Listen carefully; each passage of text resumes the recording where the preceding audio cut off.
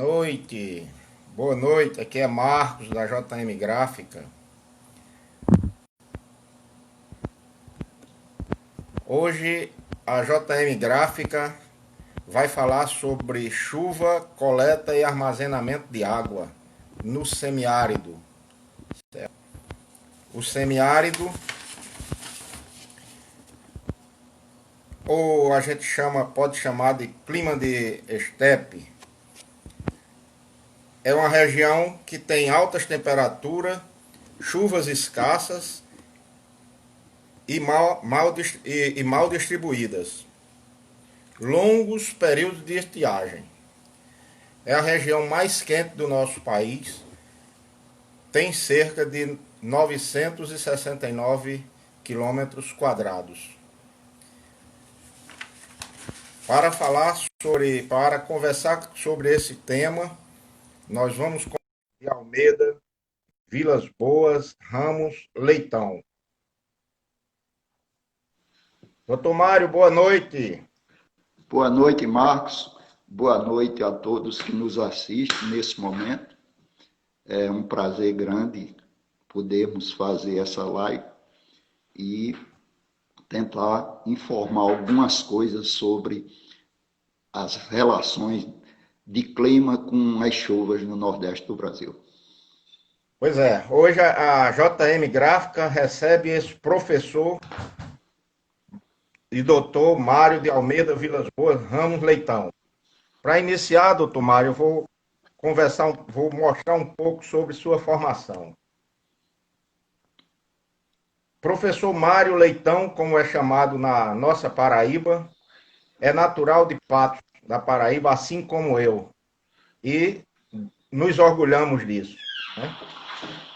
Formou-se em 1982 na Universidade Federal da Paraíba em meteorologia. Certo? Em 1989, fez o mestrado. Em 1994, fez doutorado pelo INPE, Instituto Nacional de Pesquisas Espaciais. Neste período, lecionou na Universidade Federal da Paraíba e também Universidade de Campina Grande, Federal de Campina Grande.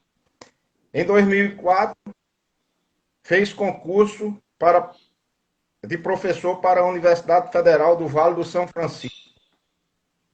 Ocupou cargos de pró-reitor, pesquisas e pós-graduação. Coordena hoje o Laboratório de Metrologia, LabMet, da Univasf. Desenvolve pesquisa nas áreas de metrologia, agrometeorologia e climatologia. É professor titular da Univasf, lotado no colegiado de Engenharia Agrícola e Ambiental, também mestrado, e doutorando no campus de Juazeiro, Bahia,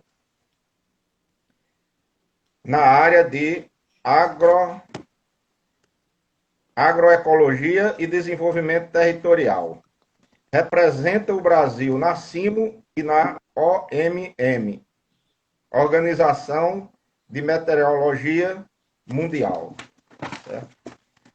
Doutor Mário, desde criança, era sensibilizado com os problemas das secas de nossa região, o que motivou a fazer toda a sua carreira profissional na área de meteorologia. Doutor Mário, por que desde cedo o senhor se sensibilizava com a seca no semiárido? Marcos, eu gostaria de agradecer essa oportunidade que a JM Gráfica Editora está nos dando de poder conversar com os amigos. Nesse momento, a gente tem muita gente nos assistindo pelo Brasil afora, do Acre, né? E outras regiões, no Pará, no Amazonas, por exemplo, na Paraíba, em todos os estados do Nordeste. E com relação à sua pergunta, quando eu era criança, com 7 anos de idade, eu tive que ver uma coisa bastante lamentável, foi um saque dos camponeses na seca de 1958, numa cooperativa de alimentos lá na nossa cidade de Patos. E aquilo me chamou muita atenção, porque aqueles homens saquearam só as comidas, eles não se preocuparam em levar nenhuma outra coisa. Lá tinha perfume, tinha sabonetes, tinha outras coisas, outros itens, mas eles só levaram o que era comida, feijão, arroz, açúcar, farinha, fubá, essas coisas. E aquilo me sensibilizou muito. Depois eu vi, juntava uns senhores na praça, olhando para o tempo e procurando uma história de barra, que era para ver se, a partir dessa barra, ela existindo ou não, fazer uma previsão para a estação chuvosa do próximo ano, né? Então, são os profetas da chuva, como é conhecido no Nordeste brasileiro, e tem bastante. E tudo aquilo foi me comovendo, né? E eu comecei a pensar, por que a gente não estudar algo que pudesse saber quando vai chover ou quando não vai chover? Porque só assim a gente poderia auxiliar os poderes públicos, principalmente, como agir numa época de secas e também numa época de chuvas. E foi essa a intenção. Depois o destino me levou a ser observador fluviométrico do Rio Espinharas. Depois tive a oportunidade de me tornar um profissional técnico na área de meteorologia, como observador meteorológico.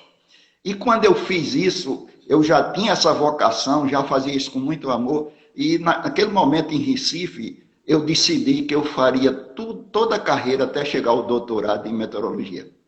Por essa razão, eu ainda hoje faço isso com a maior satisfação, com a mesma alegria que eu comecei em 1982 como professor na Universidade Federal da Paraíba. Então, essa é a razão básica para eu ter chegado aonde cheguei no doutorado e fazer todo esse trabalho que a gente vem fazendo pelo Nordeste, né, inteiro. Eu já fiz pesquisa do Ceará ao interior da Bahia, né? E também na floresta amazônica, eu fiz pesquisas, inclusive minha tese de doutorado. Professor, existe alguma explicação da existência das secas no semiárido e também em outras regiões do nosso país? Veja, as secas em qualquer lugar do nosso planeta, elas ocorrem por um fator básico, é a presença de pressão atmosférica alta. A pressão atmosférica alta numa região, ela causa a dissipação das nuvens. Então, para as pessoas entenderem isso, Marcos, de uma forma melhor, eu diria que é o seguinte: vamos imaginar que uma casa passou muito tempo sem ser varrida. Ela fica cheia de poeira no assoalho, né, no piso. Então, a pressão alta seria como algo, você ligar uma enceradeira no ar, sem colocar, e vai descendo ela até ela bater no chão.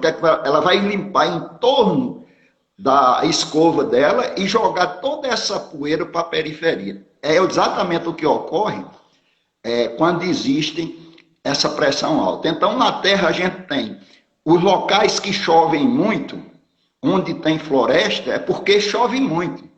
E onde não chove, são os desertos, né?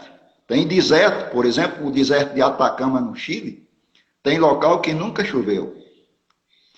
Na cidade de Lima, por exemplo, teve um bairro que passou 106 anos sem chover.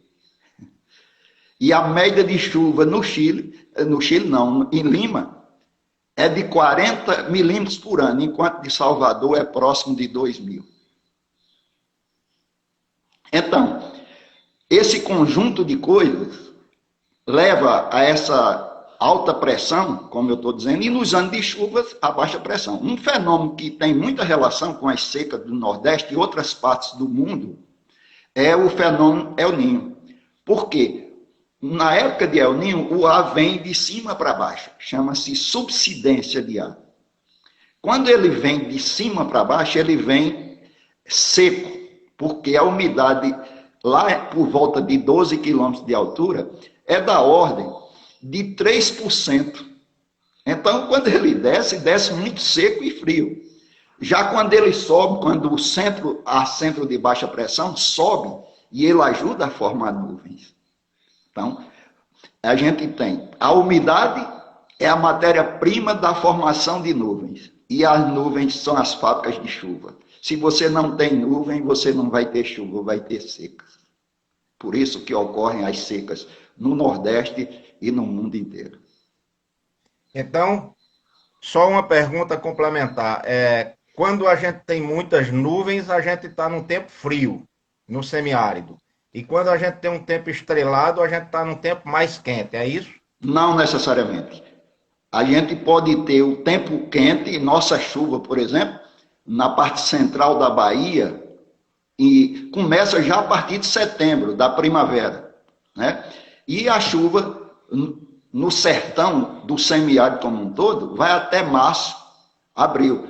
Por exemplo, aqui no norte da Bahia, no oeste de Pernambuco, né? Começa a chover a partir da segunda quinzena de novembro, em média, às vezes começa um pouco antes, e vai até abril, né? Na região lá do Rio Grande do Norte, no sertão da Paraíba, começa a chover ou no final do ano, em média, ou no início de janeiro e vai até abril, sendo março, em todos esses casos, nesses dois casos, o mês mais chuvoso em média, quando se pega a média histórica, que já existe desde o ano de 1910. Então, essa situação é diferenciada. Veja, quando termina a chuva, por exemplo, aqui no sertão da Bahia, no norte da Bahia, é quando está começando a chover em Salvador. Então, a chuva de Salvador vai começar em abril, maio, junho, julho, né, e agosto, embora chova o ano inteiro. Aqui na nossa região, não. Chove em média, entre novembro e abril. Em alguns anos, vai mais ou começa um pouco. Um pouco, professor. Quando a gente pergunta se existem secas, a gente sabe que a seca não é oriunda só para o semiárido. A seca também existe no litoral, também existe em qualquer outra região do nosso Brasil. É isso? Deixar claro. Existe, sim. Vamos citar um exemplo, Marcos. Bem recente, 2014, o sudeste do Brasil teve uma seca muito violenta, que na realidade já começou a chover menos do que o normal no ano de 2012, 2013 e principalmente em 2014, nós tivemos uma situação muito forte de seca no sudeste. São Paulo, todas as hidrelétricas pararam porque não tinha água. A Cantareira, que é o reservatório que abastece São Paulo, teve que usar parte do volume morto. Minas Gerais também teve uma seca grande. E, pela primeira vez, o olho d'água, lá da Serra das Canastras, onde o Rio São Francisco começa, ele deixou de jorrar água. Ou seja, no entanto, apesar dessas regiões, aqui no Nordeste também foi seco até 2016, 2017 já foi um pouco a menos, mas veja que paradoxal, essa chuva que deveria cair em São Paulo, no sudeste do Brasil, ela não caiu, mas na Amazônia, em 2014, choveu imensamente. A Amazônia, quando eu falo, não é a Amazônia só do Brasil. A Amazônia tem no Peru, tem na Colômbia, na Venezuela, nas Guianas, né? Na Bolívia, no Equador. Então, tudo isso faz parte da Amazônia. Mas em 2014, houve tanta chuva na Amazônia que o rio Amazonas colocou a maior cheia da história. E acima da maior cheia que já tem existido, ele colocou 2,20 metros de altura a mais. Veja, enquanto o Sudeste e o Nordeste não tiveram chuva, a região amazônica teve chuva de sobra. Então, isso acontece em alguns anos. Só que essa seca do Sudeste, no nosso caso, mais ou menos a cada 13 anos a gente tem uma seca. No Sudeste, isso demora em média 40 anos, mas a cada 80 anos, essa seca é mais forte no Sudeste. A gente, quando está falando do semiárido, a gente está falando em chuvas escassas e também chuvas mal distribuídas, certo? Isso. É possível que a gente tenha secas no semiárido em algumas regiões, porque o semiárido é formado por 9 estados e uma parte de Minas Gerais, certo? Certo. Então, é possível que a gente tenha seca em alguns estados e outros não. Concorda? Isso, concordo. Por exemplo, eu posso citar um exemplo bem característico, a seca de 1958. Ela atingiu em cheio o oeste de Pernambuco, o norte da Bahia, o Piauí quase todo, o Ceará 100%, o Cariri da Paraíba e o sertão da Paraíba, e também o sertão e uma parte do agreste do Rio Grande do Norte. Foi uma seca extremamente forte nessas regiões, né? Teve lugar como Patos, que a média é 708 milímetros, choveu apenas 225 milímetros. Agora, a maior seca do século passado na região do sertão da Paraíba foi a de 1919. E também houve uma seca grande em 1915. Né? Inclusive, Raquel de Queiroz tem um livro que diz o 15 e fala dessa seca grande. Agora, a seca mais forte que já se tem notícia no Nordeste do Brasil, ela aconteceu no ano de 1877 a 1879. Nessa época, houve a morte direta ou indireta de 1.754.000 nordestinos. Uns morreram de fome, outros morreram de doença, outros de inanição, e o total representou isso. Ou seja, em média morreu 1/3 da população, em função dessa seca de 1877. Uma seca terrível, né? E se você ler o livro de Euclides da Cunha, Os Sertões, que ele narra a história da Guerra de Canudos, ele lá mostra que não é uma mera coincidência a ocorrência de secas. Né? Ele mostra no século XVII, no século XVIII, que tem mais ou menos uma data que elas acontecem. Por exemplo, essa de 1877 já tinha acontecido em 1777. A de 1844, 45 também tinha ocorrido no período de 1743, 45, por aí. Tem mais ou menos uma aproximação. Então, essas secas se repetem, né, ao longo dos anos, porque existe um ciclo médio de 13 anos. Em 13 anos, você tem um período mais chuvoso, um período em torno da média e um período abaixo da média. Então, em média, é 13 anos, mas pode ser variável, entre 11 e 15 ou 16 anos. Aí, dentro desse período, você tem 4 a 6 anos de chuvas acima da média, 2 ou 3 anos de chuvas na média e 4 a 6 anos de chuvas abaixo da média. Certo? Agora, se você for na Bíblia, há mais de 3.000 anos atrás, tem um personagem chamado José do Egito. O faraó no Egito teve um sonho que disse que foi o seguinte: ele sonhou com 7 espigas cheias de grãos e 7 vacas muito gordas. E depois essas vacas, no sonho dele, ficaram magras e as espigas secaram. Então ele saiu procurando o pessoal da corte que fazia profecia, sabia responder a essas coisas, né, de sonhos, e ninguém soube responder.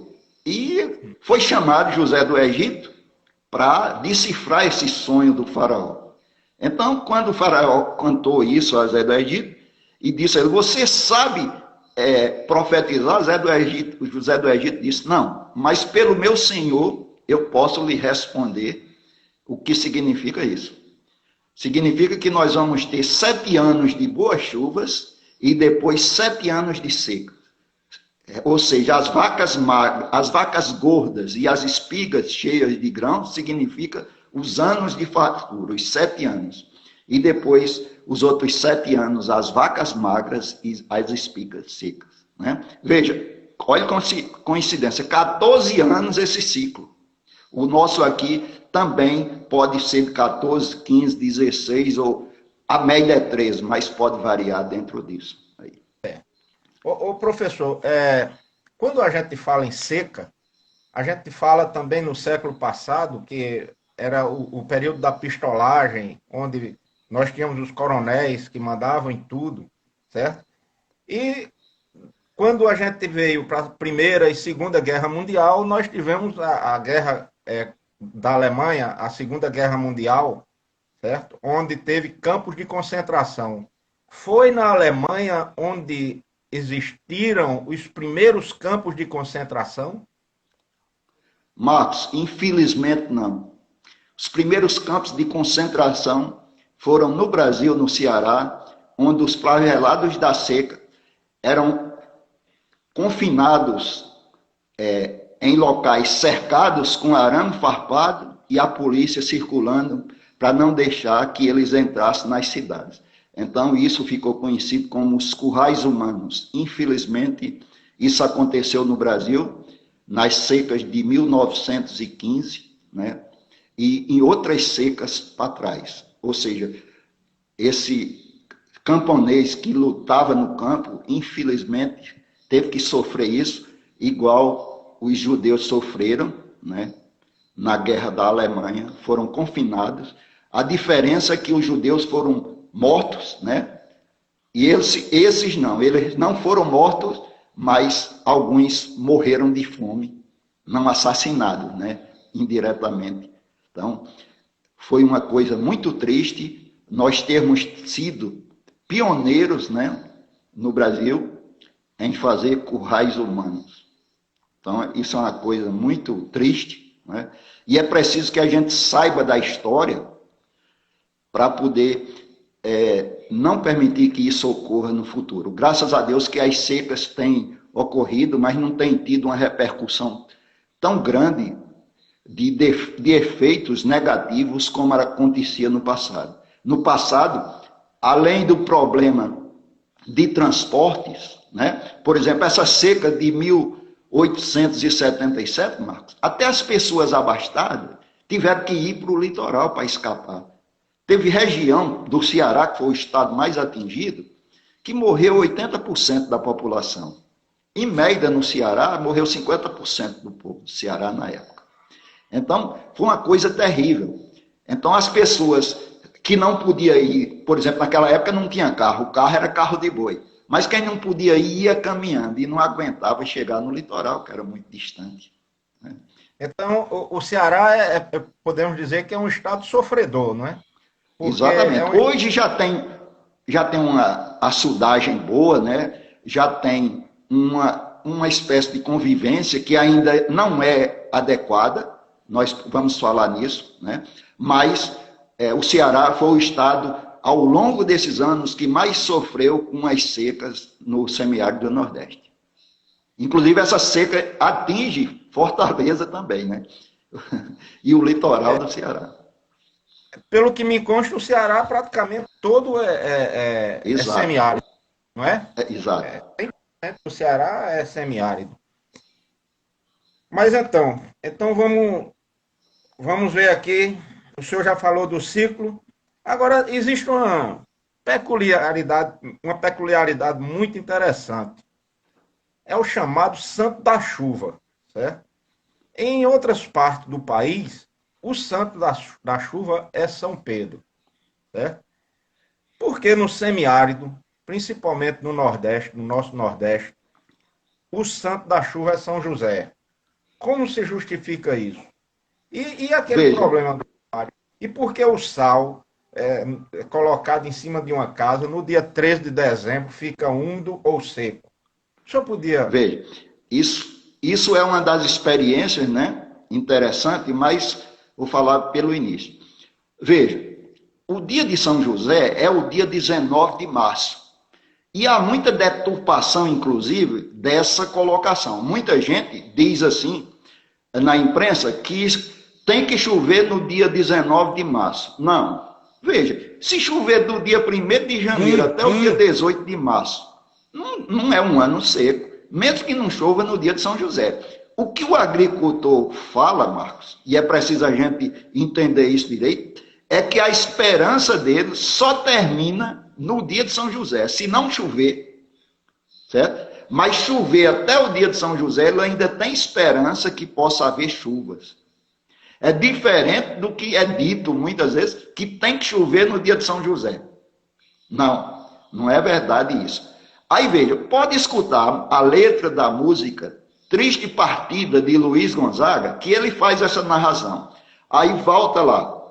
Ele diz que em setembro, outubro e novembro não tem nuvem no céu, o céu está azul.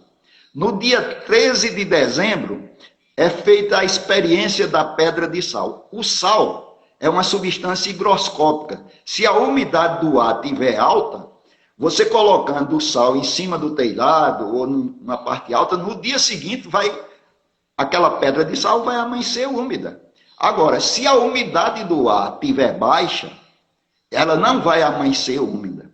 E outros fatores também são interessantes para se fazer uma avaliação. Por exemplo, quando algumas plantas, né, começam a florescer já em setembro, por exemplo, o pau d'arco, a caibreira, né, e o mandacaru, que está lá na música de Luiz Gonzaga, né, Xote da Menina. Mandacaru, quando florar na seca, é sinal que a chuva chega no sertão. Então, veja que Luiz Gonzaga ele faz uma narração não só da época de seca, mas também da época de chuva. Então, continuando essa narração de Luiz Gonzaga, e o cidadão vai suportando até o dia 19 de março. Chega o dia 19 de março e não choveu, então aí ele perde a expectativa. Agora, qual é a relação disso com a ciência, com meteorologia? No dia 20 ou 21 de março é quando ocorre o equinócio, certo? Para a gente aqui no hemisfério sul. Então, a declinação do Sol, né, ela fica nula, fica o Sol em cima do Equador e ele começa a passar para o hemisfério norte. Então, a zona de convergência intertropical, se não se deslocou, que é uma faixa de nuvem que traz 70% da chuva que ocorre no semiárido, se essa faixa de nuvem não chega até o dia 19, dificilmente ela vai chegar até o dia 21. Então, o santo da chuva no Nordeste brasileiro é São José por essa razão. Mas em qualquer lugar do mundo, o santo da chuva é São Pedro, né? E então, tem mais uma outra aqui no Nordeste. O santo milagroso aqui é São Francisco, onde o rio passa, produz riqueza, produz agricultura. Então, tem esse outro santo forte aqui no Nordeste, que é São Francisco, em função do rio. Então eu posso continuar pedindo a bênção a São Pedro, né? Pode. Você é aí do litoral, né? Pode. A gente aqui no sertão vai continuar adepto de São José. E São Francisco. E São Francisco. É. Mas, continuando aqui, eu tenho uma pergunta, professor, aqui, que chegou agora há pouco. Como está se comportando a previsão do segundo semestre de 2020 até o primeiro semestre de 2021 na região Nordeste? Existe tendência do Laninho? Veja, é muito cedo para a gente prever isso, porque existe vários componentes. Não só a temperatura no Oceano Pacífico, que pode gerar um El Niño ou uma Laninha. O que é que significa isso? Quando a temperatura média do Oceano Pacífico, que é de 27 graus, está acima disso, ou seja, está acima de 27 graus, isso produz o evento chamado El Niño. Né? El Niño vai produzir um efeito aqui, principalmente no norte e do nordeste, e até na Amazônia, reduzindo as chuvas. Se acontece o contrário, um resfriamento, isso é benéfico, e são os anos que chove mais no Nordeste. Mas tem um outro fator que também se interpõe aí e é fundamental. São as condições do Oceano Atlântico Sul, ou seja, abaixo do Equador. Quando as águas superficiais do Atlântico Sul estão com temperaturas acima de 27 graus, e há uma evaporação grande, os ventos alísios trazem essa umidade para o interior do Nordeste, para o semiárido, e mesmo havendo El Ninhos moderados, a gente pode ter chuvas no semiárido nordestino, em função do aquecimento do Oceano Atlântico. Então, não significa que todo ano de El Ninho nós vamos ter seca do Nordeste.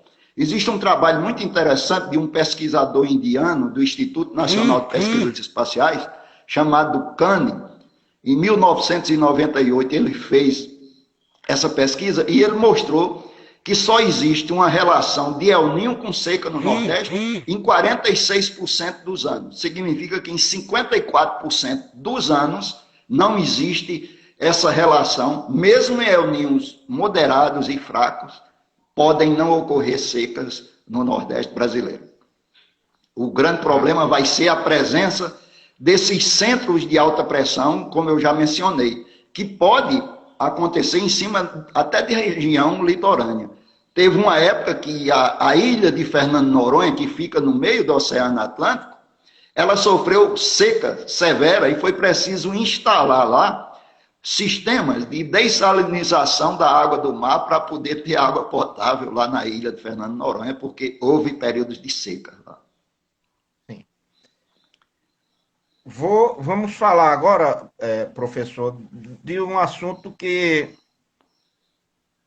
vem desde Dom Pedro II aí, certo? Dom Pedro já dizia que vendia até a última joia da coroa para acabar com a seca no Nordeste. E talvez agora vão acabar mesmo, não sei se vão acabar. Será que isso é verdade ou é um mito? Veja, quando Dom Pedro II disse isso, Marcos, ele quis dizer que ia ter um empenho para fazer com que o Nordeste mudasse. E o que é que Dom Pedro fez? Trouxe engenheiros da Europa, mandou estudar a viabilidade de se fazer transposição, criando uma grande barragem, ou seja, a barragem de Sobradinho não foi idealizada recentemente, não. Ela foi idealizada no ano de 1846 por Dom Pedro II. Mas nunca saiu do papel. E quando ela saiu do papel, não foi para fazer essa distribuição, que só aconteceu, está acontecendo agora, né? A transposição, que já chegou na Paraíba, e já chegou agora parte no Ceará, embora ainda falta terminar, concluir essa obra. Então, Dom Pedro tinha essa intenção de acabar, não era necessariamente acabar com a seca, porque com a seca a gente não vai acabar nunca. O que a gente tem que aprender, e ainda não aprendemos direito, é saber conviver com a seca. Ela vai estar sempre presente. Só citando, por exemplo, nós tivemos agora, de 2004 para cá, nós tivemos chuvas boas de 2004 a 2010. De 2011 a 2017, né, nós tivemos um período de seca violenta, principalmente em 2012 e 2013. Né? Aqui no norte da Bahia, foi uma situação muito difícil. Teve regiões aqui que estavam vendendo cabeça de gado por R$100, porque sabia que ia morrer. Então, era melhor vender, né, para se salvar do que permanecer com isso. Então, Dom Pedro quis dizer exatamente isso. E um dos açudes mais bonitos que existe no Nordeste é o açude de Cedro, no Ceará, né, na cidade de Quixadá. Ele é todo em cerâmica portuguesa, bem bonito, né, e foi criado a partir dessas ideias de Dom Pedro. Essa construção começou no ano de 1900, mas só foi concluída no ano de 1906. e foi criado depois o DENOX, Departamento Nacional de Obras contra a Seca, certo? Então, seca nós não vamos acabar nunca. O que a gente tem que aprender é conviver com secas como outros locais do mundo já convivem. Então, mas Dom Pedro II também tinha algumas razões quando ele fazia os açudes, ou os engenheiros dele, não sei se ele ou os engenheiros, mas quando eles faziam os açudes com uma profundidade maior, certo? Então, ele fez vários projetos, executou alguns, mas outros não executou. E onde tem projeto de Dom Pedro, a gente sabe que a profundidade do açude seria grande.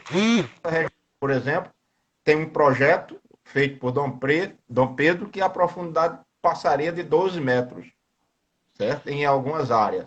Então, Dom Pedro está certo. O que é que a gente pode fazer para conviver com a seca no Nordeste? Veja, são dois fatores importantes. Eu vou começar por outro. Primeiro, Marcos, eu fico extremamente triste, até por essa carreira que eu desenvolvi, né, que eu fiz como meteorologista. A gente vê na televisão as camponesas do Nordeste sair com uma lata d'água na cabeça, que só...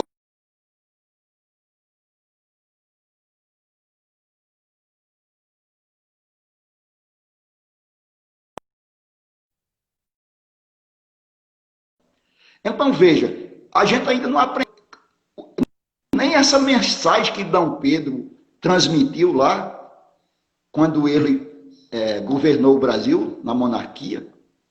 Por quê? Olha a capacidade, o potencial que a gente tem. Vamos imaginar uma casa aqui na região de Juazeiro, ou no oeste da Paraíba, ou no oeste de Pernambuco.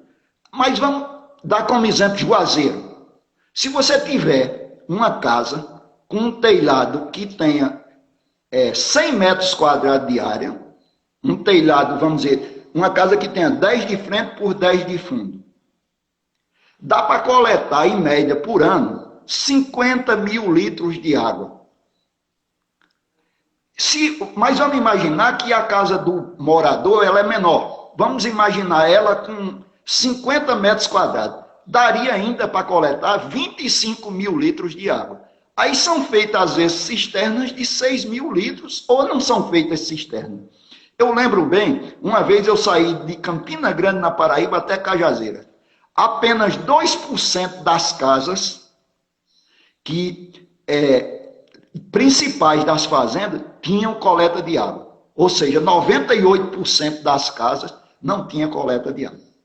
Então imagine, vamos imaginar, só para fazer um cálculo rápido, Marco, vamos imaginar esses 25 mil litros, né? Se você dividir isso por 20, dá 2.500, né? 2.500 dividido, dá 1.250, né? E evitaria que essa pessoa fosse buscar água 1.250 vezes. Ali, a água estando ali na sua casa, só é fazer a cisterna. Então, isso é que a gente tem que aprender. A outra coisa, você tocou num ponto que eu deixei agora por último, Marcos, que é interessante. Veja, os proprietários, os particulares, os açudes particulares no Nordeste, 99% são açudes que só têm extensão e profundidade baixa. Em média, a evaporação no semiárido é de 3 metros. Então, se você fizer um açude com a profundidade menor do que 2 metros, não precisa tirar a água dele não, que a atmosfera leva toda de graça. O que a gente tem que fazer é fazer o açude com a mesma, naquela mesma área, com um espelho menor, a metade, mas fazer a profundidade dobrada. Ou seja, em vez de ser 3, fazer de 6, 7 ou 8. Né? Então você teria aquela mesma quantidade de água numa área menor. Vai evaporar 3 metros, mas vai ficar 3 metros ou mais. Eu tenho uma palestra que eu pego daqui até Campina Grande, na Paraíba, e de Campina Grande até Serra Negra, no norte do Ceará. Sai fotografando açudes. E é impressionante, porque quando chega em Serra Negra do Norte, tem uma reserva ecológica do Siridó lá, que é uma área de preservação ambiental, e tem um açude.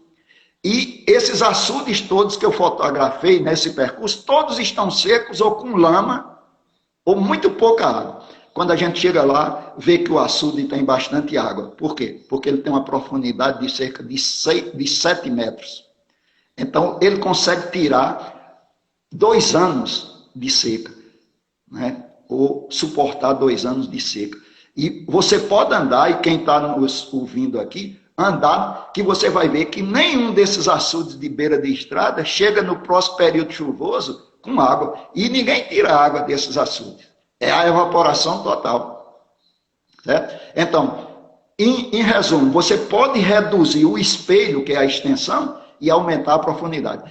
Vamos imaginar que a gente fizesse isso no Nordeste. A gente dobraria a capacidade de água armazenada e a população do Nordeste não ia sofrer tanto quando ocorressem as secas, porque a gente teria mais águas.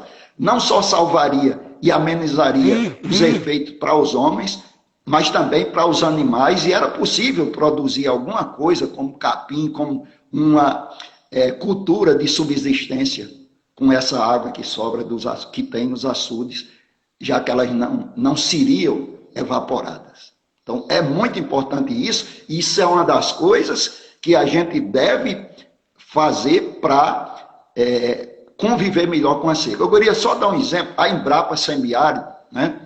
Ela tem um trabalho muito interessante, desde o ano de 1990, com cisternas subterrâneas, com cisternas para coleta de dados, com cisternas de salvação. Então, a Embrapa já publicou isso, a Embrapa Semiárido. Então, são tecnologias que existem, mas muitas vezes não são seguidas. Eu outro dia estava fazendo uma palestra, quando eu terminei, o senhor correu atrás de mim, eu até vinha dar aula apressado na universidade, e ele psiu, eu parei. Ele disse, doutor, eu estava falando exatamente sobre isso. Doutor, o senhor estava falando para mim isso. Eu digo, mas por quê? Ele disse, porque eu pensava que o importante era a extensão. Aí, inclusive, disse que era da Paraíba, nosso conterrâneo de Monteiro, mas tinha uma propriedade aqui na Bahia, né, no norte da Bahia, e ficou muito admirado daquela colocação, que foi essa que eu acabei de fazer. Ou seja, você tem um recurso, mas você não aproveita. Enquanto você estava falando aí, eu estava processando aqui. Com o armazenamento de água, essa mulher que, na realidade, ela só consegue buscar 2 latas de água por dia, que ela gastaria 6 horas para ir buscar essas 2 latas de água, ela passaria a ter à sua disposição cerca de 4 latas de água por dia, em casa. Por dia. Se deslocar, certo? Pois é. Então, ela ia economizar energia e ia ter mais disposição de água. Mais a água mais à sua disposição. Né? Pois é. É uma questão de educação também, não é? Exato, é uma questão principalmente de educação, né? E eu acredito, Marcos, que a gente devia implementar essas informações já na escola básica. Na zona rural, principalmente, uma escola da zona rural, as crianças têm que já começarem na escola sabendo dessas coisas, porque elas não vão seguir essa visão que os pais tiveram, que os avós tiveram. Então, a gente, para mudar, a educação é a coisa mais importante. Nenhum país do mundo evoluiu sem educação. Né? Então, mas, nesse caso, a gente tem que ter uma educação voltada especificamente para os problemas de cada região.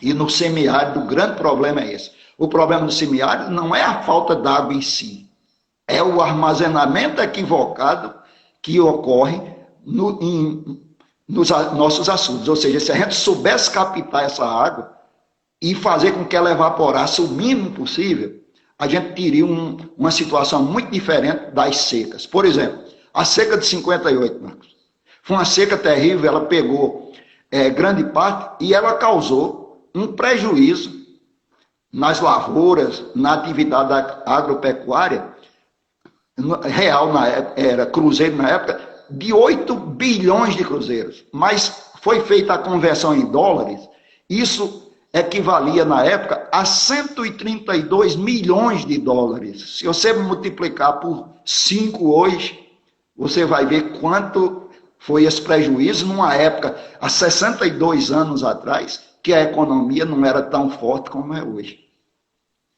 Professor, nós estamos chegando ao fim. Sabe que tudo que é bom dura pouco, não é? Mesmo o tempo sendo grande, mas dura muito pouco. Não é isso mesmo? Então, Exatamente. nós temos mais 5 minutos aí, certo? Para um Certo. assunto para você falar à vontade, certo? Estou liberado, Então, né?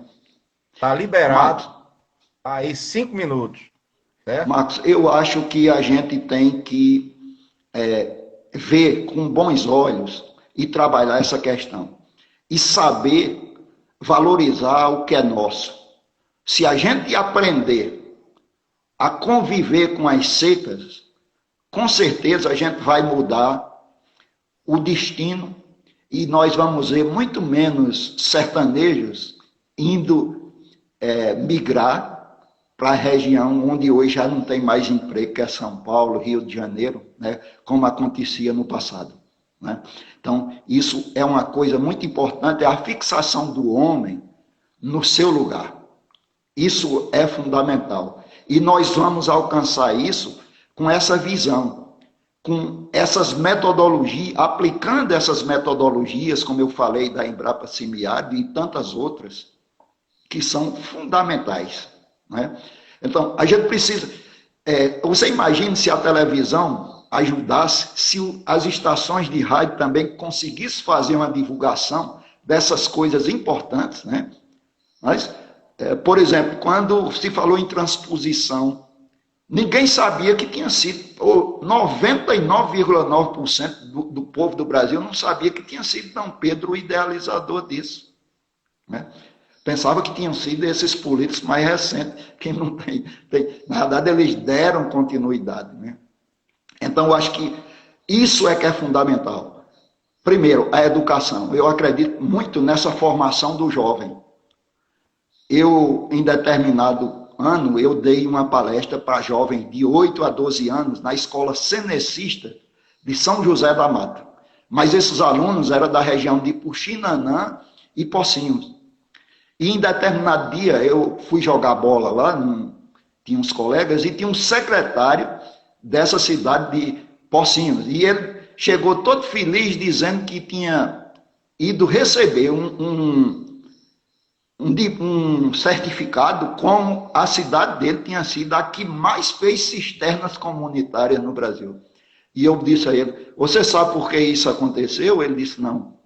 Eu digo, porque nós fizemos uma palestra para as crianças de lá, de 8 a 12 anos, e elas, ele tinha dito, não, lá as crianças pediram aos pais para fazer isso. Então eu fui dizer, você sabe qual foi a causa disso? Foi uma palestra que eu dei na Escola Cenecista de São José da Mata. Então, veja, a criança, porque você diz uma coisa a uma pessoa já idosa, ela diz, eu estou no final de vida, eu não vou ligar para isso, né? Uma pessoa idosa não quer plantar um pé de manga que vai demorar 4, 5 anos para colher. Então, é como essa história da cisterna. A fonte tem que ser lá embaixo, a criança, né? O adolescente. E no seu habitat. O problema da cidade é um, o problema do campo é outro. Isso em toda a região. E no semiárido isso faz a grande diferença.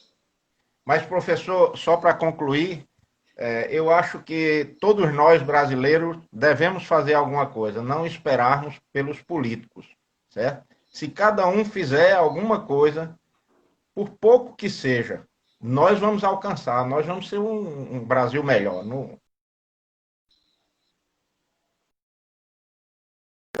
Vem buscando.